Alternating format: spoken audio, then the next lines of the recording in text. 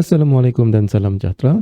Dalam video kali ini kita akan mempelajari matematik KSSM tingkatan 4, bab 6, ketaksamaan linear dalam dua pemboleh ubah.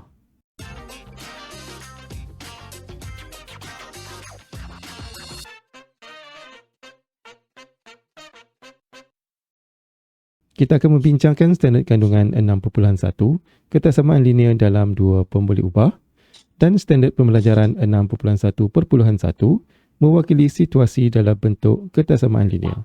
Kita boleh rujuk buku teks pada muka surat 156 sehingga 157. Baiklah. Sebelum itu, mari kita lihat apakah perbezaan di antara ketaksamaan dan juga persamaan. Pertama sekali, kita lihat ketaksamaan. Kalau ketaksamaan, kita akan menggunakan simbol-simbol ini, iaitu simbol lebih besar daripada, lebih kecil daripada. Kemudian kita ada lebih kecil sama dengan dan lebih besar sama dengan. Manakala kalau untuk persamaan, kita hanya menggunakan satu simbol sahaja, iaitu simbol sama dengan. Seterusnya lagi, kita lihat pula ketaksamaan, nilai pemboleh ubahnya berada dalam julat. Manakala untuk persamaan, nilai pemboleh ubahnya adalah suatu nilai yang tetap. Kita lihat contohnya di sini. 4 tambah X lebih besar daripada 10. Jadi kalau kita selesaikan soalan ini, kita dapati bahawa X lebih besar daripada 6. Maka apabila X lebih besar daripada 6, X boleh jadi 7, 8, 9 dan seterusnya. Manakala kalau kita lihat pada persamaan pula, contohnya 4 tambah X sama dengan 10. Maka kita dapati bahawa nilai X-nya adalah 6. Jadi nilai X-nya adalah tetap 6. Manakala untuk ketaksamaan nilai X-nya lebih besar daripada 6, boleh jadi 7, 8, 9 dan seterusnya. Jadi ini adalah sedikit perbezaan di antara ketaksamaan dan juga persamaan. Baiklah, seterusnya mari kita lihat ketaksamaan yang menggunakan simbol-simbol tadi. Di sini kita akan lihat simbol dan juga kata kunci yang biasa digunakan untuk mewakili simbol-simbol ini. Yang pertama adalah simbol lebih kecil. Selalunya kata kunci yang biasa digunakan untuk simbol ini adalah seperti kurang daripada, kecil daripada, ataupun tak lebih, ataupun tidak melebihi. Seterusnya simbol yang kedua adalah simbol lebih besar daripada. Dan kata kunci yang selalu digunakan adalah seperti lebih daripada, besar daripada, ataupun tak kurang, ataupun tidak kurang daripada. Kita menggunakan simbol lebih besar daripada. Kita lihat pula simbol yang ketiga di sini adalah simbol lebih kecil dan sama dengan. Kata kunci yang biasa digunakan di sini adalah tidak lebih daripada, ataupun selebih-lebihnya, paling besar, ataupun paling banyak. Kemudian simbol kita yang keempat adalah simbol lebih besar sama dengan.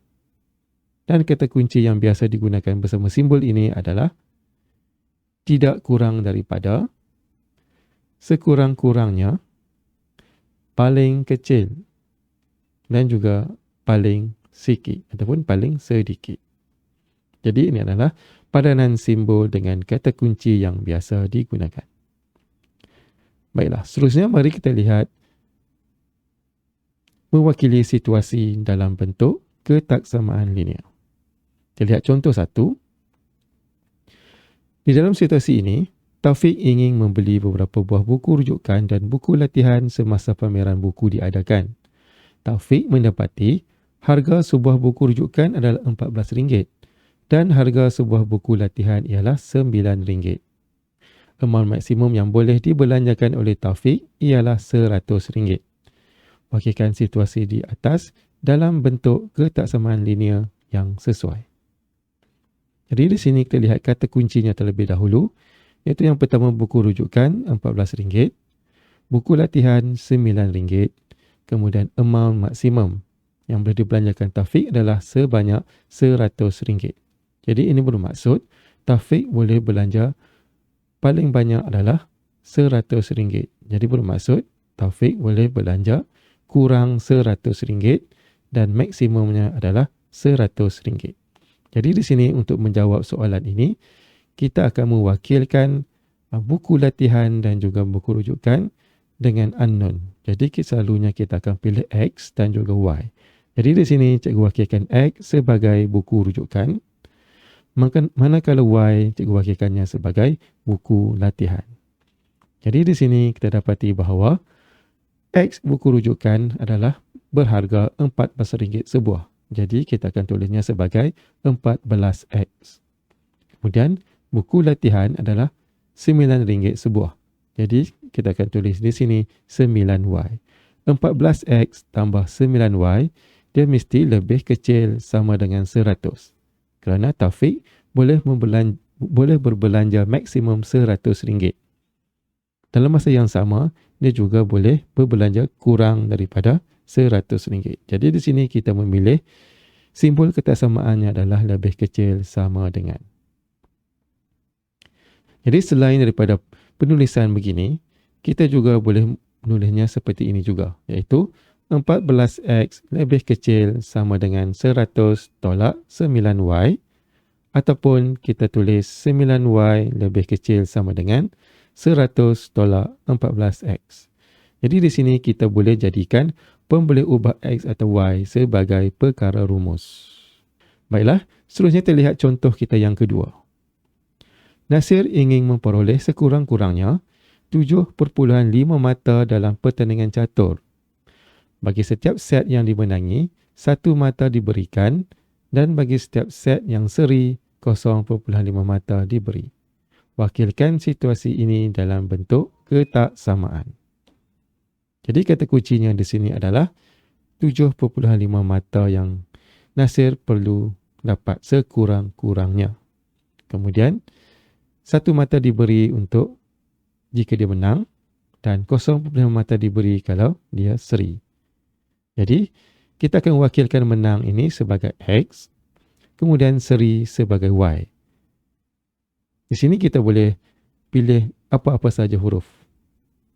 Kemudian, kita akan tulis X tambah dengan 0.5Y lebih besar sama dengan 7.5X. X di sini sebenarnya perkalinya adalah 1. Kerana jika memenangi pertandingan akan dapat 1 mata, jadi dia adalah 1X. Manakala seri 0.5. Jadi kita tulis 0.5Y. Kemudian di sini kata kuncinya sekurang-kurangnya. Jadi bermaksud paling kurang mata yang mahu diperoleh oleh Nasir adalah 7.5. Jadi kita akan letak simbol ketaksamaannya lebih besar sama dengan 7.5. Baiklah, itu saja untuk video kita pada kali ini. Untuk menguji pemahaman, bolehlah melihat latihan buku teks iaitu praktis sendiri 4.3C muka surat 122. Terima kasih kerana menonton. Sila like, share, subscribe dan juga komen ataupun boleh ikuti Ambil Tahu di Twitter. Sekian, terima kasih, selamat belajar dan jumpa lagi dalam video seterusnya.